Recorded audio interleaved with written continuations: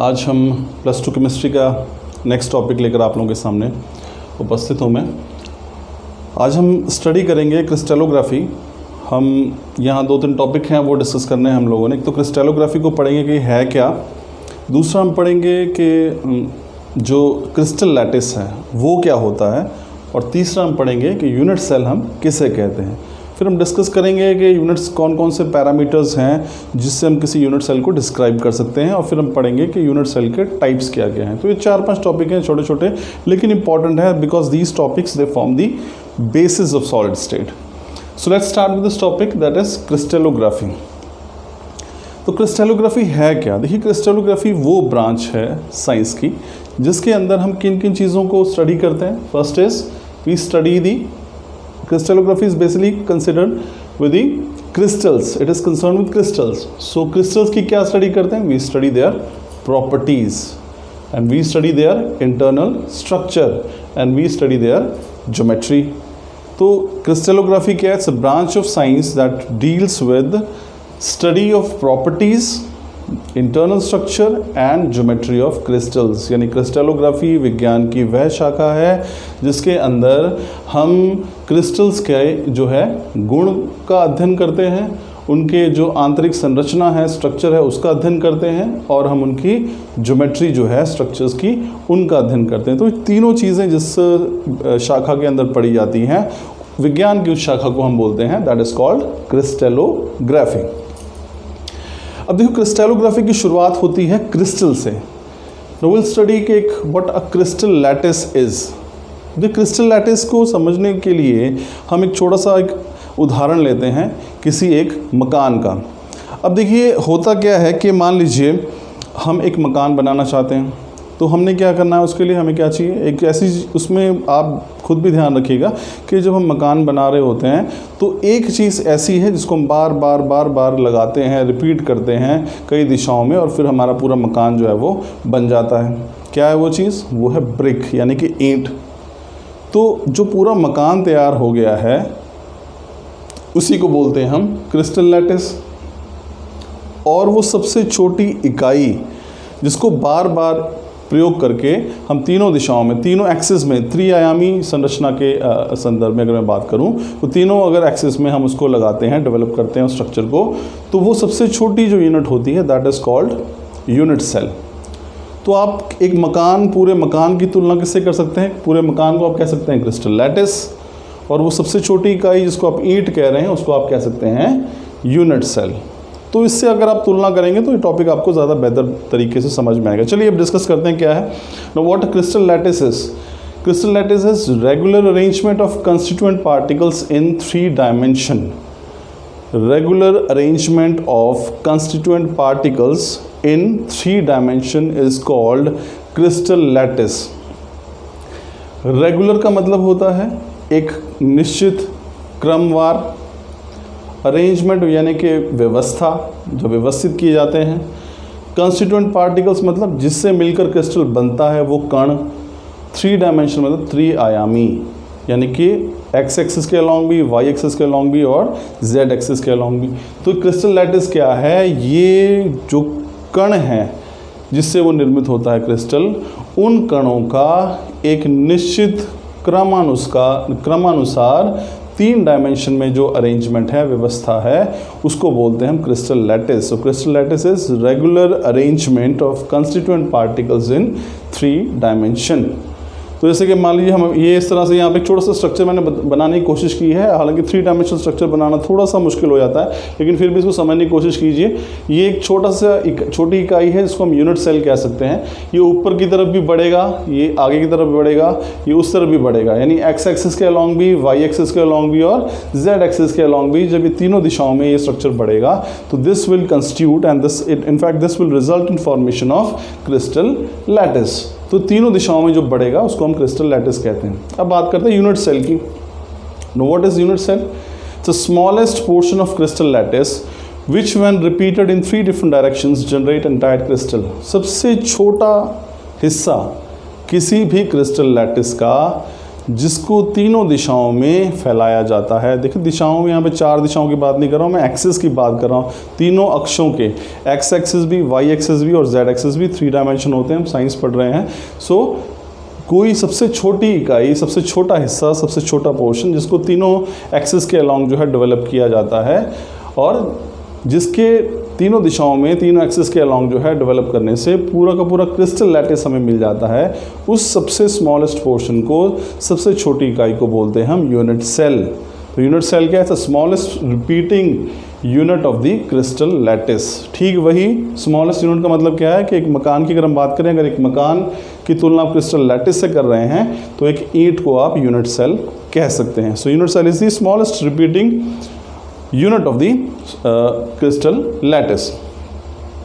अब देखिए जब हम यूनिट सेल की बात करते हैं तो यूनिट सेल को अभी हम डिस्क्राइब करना है।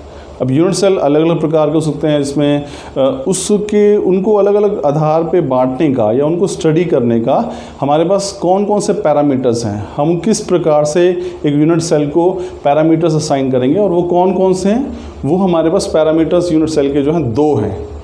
एक को बोलते हैं हम एज लेंथ और दूसरे को बोलते हैं हम एक्सियल एंगल। अब एज क्या होता है? सपोज करो मैं यहाँ पे जो है एक क्यूब बना रहा हूँ इस तरीके से, ये क्यूब है, तो ये जो इसे किनारे हैं, एज जो है, ये एक एज हो गई, ये एक एज हो गया और ये एक एज हो गया। तीनों एक्स एक्सिस, वाई एक्सिस और जेड एक्सिस के अलॉन्ग हुए, तो इनकी जो लंबाई है, लेंथ है, that will be called edge length. तो देखिए एज लेंथ यहाँ पे मैंने स्ट्रक्चर बनाने की कोशिश की है। ये एक आपके पास सबसे छोटा इकाई है, यूनिट सेल है। तो ये हिस्सा जो है 3 डार्क, मैंने इसको ज़्यादा सॉलिड लाइन से रिप्रेजेंट किया है। ये एक लाइन आप इसे, ये ए एज लेंथ है। एज लेंथ को मैंने बताया कि एज लेंथ को हम कैसे डेजिग्नेट करते हैं। एज लेंथ को डेजिग्नेट करते हैं स्मॉल ए, स्मॉल बी और स्मॉल सी से। तो ये जो लंबाई है, इस तरफ की ऊंचाई है, इसको ए से डेजिग्नेट कर रहे हैं। ये जो लेंथ है, एज की लेंथ है, ये बी से डेजिग्नेट कर रहे हैं और ये जो लेंथ है एज लेंथ, इसको हम सी से डेजिग्नेट कर रहे हैं। तो एक क्यूब की जो है वो 3 लेंथ होती हैं, एज लेंथ ए, इसको हम ए, बी और सी से डेजिग्नेट करते हैं। तो ये एक पैरामीटर हो गया। दूसरा पैरामीटर जो किसी भी यूनिट सेल को डिस्क्राइब करता है वो है एक्सियल एंगल। अब देखिए जब यहाँ पे 3 अक्ष बन गए हैं, एक्स एक्सिस हो गया, वाई एक्सिस हो गया, जेड एक्सिस हो गया, तो उसी के अलॉन्ग जो एंगल है, ये एंगल क्या बन गया? This angle has become alpha और this angle has become beta and this angle has become gamma. तो ये अल्फ़ा है, बी और सी के बीच का एंगल अल्फ़ा कहलाएगा, सी और ए के बीच का एंगल जो है बीटा कहलाएगा और ए और बी के बीच का एंगल जो है वो गामा कहलाएगा। तो ये किसी भी यूनिट सेल को डिस्क्राइब करने के 2 पैरामीटर्स होते हैं। एक को बोलते हैं हम edge length and the second one is called axial angle. तो एज लेंथ कौन सी होती है? उसको हम रिप्रेजेंट करते हैं ए, बी और सी से, और जो एक्सियल एंगल है they are represent by alpha, beta and gamma. I hope कि ये चीज़ क्लियर है आप लोगों को कि किसी भी यूनिट सेल को डिस्क्राइब करने के 2 पैरामीटर्स हैं, एक एज लेंथ और दूसरा एक्सियल एंगल। एज लेंथ को डेजिग्नेट करते हैं ए, बी और सी से, ये लेंथ है, लंबाई है उस क्यूब की, यूनिट सेल की, और एक्सियल एंगल, तो उन जो लंबाई, चौड़ाई और ऊंचाई है उनके बीच के जो एंगल्स हैं तीनों, उनको हम अल्फा, बीटा और गामा से डेजिग्नेट करते हैं। तो किसी भी यूनिट सेल को आप इन दोनों एज लेंथ और एक्सियल एंगल के बेसिस पे डिस्क्राइब कर सकते हैं। ये हो गया हमारे पास नेक्स्ट कंसेप्ट। अब हमारे पास जो अगला टॉपिक है वो है टाइप्स ऑफ यूनिट सेल। अब देखिए यूनिट सेल के प्रकार कौन कौन से हैं, ये चीज़ हम समझते हैं। यहाँ पे इस तरह मैंने डिस्क्राइब किया है। तो ये जो यूनिट सेल हैं वो हमारे पास बेसिकली इनकी 2 कैटेगरीज हैं। इनको हम 2 हिस्सों में बांट सकते हैं यूनिट सेल को। One is called the primitive type of unit cell and the other is called centred unit cell. Primitive and centred, इनको हम समझते हैं यहाँ पे। अब इसको मैं डायग्राम के जरिए समझाने की कोशिश करता हूँ आप लोगों को। अब देखिए यूनिट सेल की प्रकार की बात करते हैं। 2 प्रकार के यूनिट सेल हैं। एक को बोलते हैं प्रिमिटिव यूनिट सेल। अब प्रिमिटिव में क्या है? प्रिमिटिव यूनिट सेल मैं बनाता हूँ यहाँ पे। सपोज कीजिए कि ये प्रिमिटिव यूनिट सेल ये है हमारे पास, मान लीजिए ये मैंने एक यूनिट सेल बना दी। अब यूनिट सेल के जो किनारे हैं, कॉर्नर्स हैं बिल्कुल, अब देख रहे हैं क्यूब के हमारे पास 8 कॉर्नर्स हैं, 1 2 3 4 5 6 7 और 8। इन सभी पे मैं एटम्स रख देता हूँ। मान लीजिए मैं जो सर्कल बना रहा हूँ, ये पॉइंट जो बना रहा हूँ, ये क्या है? एटम्स हैं। सिर्फ किनारे किनारे पे। एक क्यूब आप इमेजिन कीजिए, एक छोटा बॉक्स नुमा संरचना है जिसको आप घन या क्यूब कह सकते हैं, और उसके केवल किनारों पे ये जो मैंने गोले बना रखे हैं ये किसको रिप्रेजेंट कर रहे हैं, ये कंस्टिट्यूएंट पार्टिकल्स को रिप्रेजेंट कर रहे हैं। कंस्टिट्यूएंट पार्टिकल्स क्या हो सकते हैं, वो एटम्स भी हो सकते हैं, वो आयंस भी हो सकते हैं, ठीक है ना। तो ये है primitive unit cell. Primitive unit cell कौन सी होगी, ऐसी यूनिट सेल जिसमें कंस्टिट्यूएंट पार्टिकल्स केवल और केवल किनारों पर उपस्थित होते हैं। So primitive unit cell is one which has atoms present only at the corners. अगर कॉर्नर पे प्रेजेंट होंगे जो हमारे कंस्टिट्यूएंट पार्टिकल्स हैं तो ऐसी यूनिट सेल को हम बोलेंगे प्रिमिटिव यूनिट सेल। क्लियर है बात आप लोगों को। तो प्रिमिटिव यूनिट सेल कौन सी है, जिस यूनिट सेल पे जो कंस्टिट्यूएंट एटम्स हैं, चाहे वो आयंस हो चाहे वो एटम्स हो, वो केवल और केवल किनारों पर ही मौजूद होते हैं। तो ये यूनिट सेल का पहला टाइप है प्रिमिटिव यूनिट सेल। दूसरी बात करते हैं हम centred unit cell. Centred unit cell में क्या होगा, अब देखो सेंटर्ड यूनिट सेल में ये हिस्सा तो ऐसा ही है, लेकिन किनारों के अलावा एटम्स कहीं और पर भी प्रेजेंट हो सकते हैं। मैं इसी यूनिट सेल को कंसीडर कर लेता हूँ। हम पढ़ रहे हैं सेंटर्ड यूनिट सेल। सेंटर्ड का मतलब है कि अब प्रिमिटिव में केवल और केवल जो कंस्टिट्यूएंट पार्टिकल्स हैं वो केवल किनारों पर ही उपस्थित हैं, लेकिन जब हम सेंटर्ड यूनिट सेल की बात करते हैं, जैसा कि आप यहाँ देख रहे हैं, सेंटर्ड यूनिट सेल में किनारों के अलावा जो कंस्टिट्यूएंट पार्टिकल है वो कहीं और भी उपस्थित हो सकता है। उस लिहाज से कोई भी सेंटर्ड यूनिट सेल 3 प्रकार का हो सकता है। इसमें पहला प्रकार देखिए आप क्या है, this is called body centred unit cell. अब इस पॉइंट को समझिए, बॉडी सेंटर्ड क्या है, किनारों पर तो एटम्स जो हैं वो प्रेजेंट होंगे ही होंगे, इस पूरे क्रिस्टल की बॉडी के सेंटर पर भी अगर मैं चाहूँ दिखाऊँ आप लोगों को यहाँ पे, तो आप देख सकते हैं यहाँ पे इस पूरी बॉडी के सेंटर पर भी जो है मैं एक पार्टिकल जो है वो शो कर सकता हूँ। ये this is body centred unit cell. Body centred क्यों कहा, क्योंकि किनारों पर देखो, किनारों पर तो हमेशा ही उपस्थित होंगे, इस चीज़ का ध्यान रखिएगा। अगर सिर्फ किनारों पर ही उपस्थित हैं तो वो क्या बनेगा, that will be called primitive unit cell. लेकिन अगर किनारों के अलावा 3 जगह और हो सकती हैं, वही हम डिस्कस करेंगे कौन कौन सी। फर्स्ट इज बॉडी सेंटर्ड, तो किनारों के अलावा यदि कोई एटम किसी यूनिट सेल के अंदर बॉडी के सेंटर पर भी प्रेजेंट है, ये पूरा क्यूब है इसे मान लीजिए, और इसके बिल्कुल सेंटर पर भी एक एटम जो है वो मौजूद है, this type of unit cell is called body centred unit cell. Clear है। चलिए सेकंड जो हमारे पास कैटेगरी है वो है फेस सेंटर्ड यूनिट सेल की। फेस सेंटर्ड यूनिट सेल देखिए क्या है हमारे पास। अब क्या होगा, हम इसको यहाँ से ये हटाते हैं, अब ये बॉडी सेंटर नहीं है, अब ये हमारा फिर प्रिमिटिव बन गया। अब एक क्यूब के फेसेस कौन कौन से हैं, यहाँ पे एक क्यूब के 6 फेस होते हैं, ध्यान रखिए। ये ऊपर वाला जो है वो सबसे पहला फेस है, ठीक है, ये वाला फेस जो है वो दूसरा है, ये फेस जो नीचे नज़र आ रहा है वो तीसरा है, ये फेस जो इधर नज़र आ रहा है वो चौथा है, और एक फेस जो इधर मेरी तरफ फेस कर रहा है यहाँ पे ये 5वां है, और एक फेस जो पीछे की तरफ फेस कर रहा है वो 6ठा है। तो ध्यान रखिए क्यूब के हमारे पास 6 फेसेस हैं। हम दूसरा प्रकार पढ़ने जा रहे हैं, दैट इज़ फेस सेंटर्ड। तो फेस के अगर बिल्कुल सेंटर पर, यानी ये पहला फेस था, मैं इसके अगर सेंटर पर एक जो है कंस्टिट्यूएंट पार्टिकल रख दूं, एक ये आ गया, फिर इस यानी ये किसका सेंटर हो गया, इसका सेंटर हो गया ये, फिर इसके सेंटर पर ये जो सेकंड वाला है इसके सेंटर पर भी मैं एक इस फेस के सेंटर पर भी एक जो है कंस्टिट्यूएंट पार्टिकल रख देता हूँ, ये आ गया। फिर ये नीचे वाला जो फेस है इसके सेंटर पर भी एक यूनिट सेल कंस्टिट्यूएंट पार्टिकल जो है वो रख देता हूँ, ये यहाँ पे आ गया। फिर इधर वाले फेस के सेंटर पर भी एक कंस्टिट्यूएंट पार्टिकल रख दिया, वो यहाँ पे आ गया। फिर सामने वाला जो फेस है इसके सेंटर पर, ये पूरा फेस देख रहे हैं आप यहाँ पे इधर वाला, इसके सेंटर पर एक मैंने जो है कंस्टिट्यूएंट पार्टिकल रख दिया। और फिर ये वाला जो पीछे वाला फेस है इसके सेंटर पर भी मैंने एक जो है वो कंस्टिट्यूएंट पार्टिकल रख दिया। तो 6 फेसेस थी, सभी फेस के सेंटर पर एक एक कंस्टिट्यूएंट पार्टिकल और रखा गया है। ऐसी यूनिट सेल को हम बोलते हैं face centred unit cell. Face centred यानी क्यूब के जो फेस हैं उनके सेंटर पर जो है भी कंस्टिट्यूएंट पार्टिकल्स मौजूद हैं। So this is second type of unit cell, that is face centred unit cell. समझ में आ गया। बॉडी सेंटर्ड में क्या था, किनारों पर तो मौजूद थे ही, बॉडी के सेंटर पर भी एक मौजूद था। फेस सेंटर में क्या है, किनारों पे तो मौजूद हैं ही, साथ में क्यूब के हर फेस के सेंटर पर भी एक एक कंस्टिट्यूएंट पार्टिकल जो है वो मौजूद है। सो this is face centred. Now the last category is end centred. अब एंड सेंटर्ड देखिए क्या है, एंड सेंटर्ड में मैं बताता हूँ। जैसे सपोज कि जब हम थोड़ा इसको डिफरेंट सी शेप देने की कोशिश करते हैं यूनिट सेल को, ये थोड़ा लंबाई में ज़्यादा है इस तरीके से, एंड सेंटर्ड। अब इस स्ट्रक्चर के जो एंड है, एक एंड तो ये है और एक एंड ये है। अब यहाँ पर भी क्या होगा, किनारों पर जो है वो तो कंस्टिट्यूएंट पार्टिकल्स मौजूद होंगे ही, साथ में ये जो हमारे पास स्ट्रक्चर बना है इसके दो एंड फेसेस हैं। एक हमारे पास एंड फेस ये रहा जो ऊपर की तरफ है, और दूसरा हमारे पास जो है वो एंड सेंटर जो है वो एंड का ये रहा। अब this is end centred unit cell, जहाँ पे कॉर्नर्स पे तो कंस्टिट्यूएंट पार्टिकल्स मौजूद होंगे ही, जो यूनिट सेल है उसके जो एंड होंगे दो, उसके एंड के सेंटर्स पर भी एक एक कंस्टिट्यूएंट पार्टिकल जो है वो मौजूद होगा।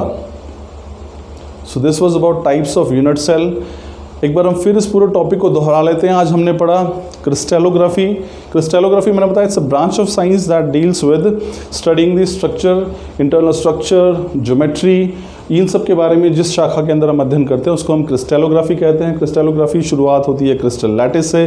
क्रिस्टल लैटिस क्या है, it's a 3 dimensional regular arrangement of constituent particles. तो regular arrangement of constituent particles in 3 dimension is called crystal lattice, यानी कि जो कण हैं जिससे कोई क्रिस्टल बन रहा है उनकी त्रिआयामी व्यवस्था है एक क्रमानुसार, उसको बोलते हैं हम क्रिस्टल लैटिस। अब क्रिस्टल लैटिस बनता किससे है, कौन सी सबसे छोटी इकाई है जो बार बार जुड़ रही है और क्रिस्टल लैटिस का निर्माण कर रही है, वो हमारे पास है यूनिट सेल। तो यूनिट सेल क्या है, the smallest structural repeating unit which when repeated in 3 dimension give rise to whole crystal lattice. वो सबसे छोटी इकाई किसी भी क्रिस्टल लैटिस की जिसको तीनों एक्सिस के अलोंग जो है वो डेवलप किया जाता है, जिसकी वजह से पूरा का पूरा क्रिस्टल लैटिस हमें मिल जाता है, उस सबसे छोटी इकाई को हम कहते हैं यूनिट सेल।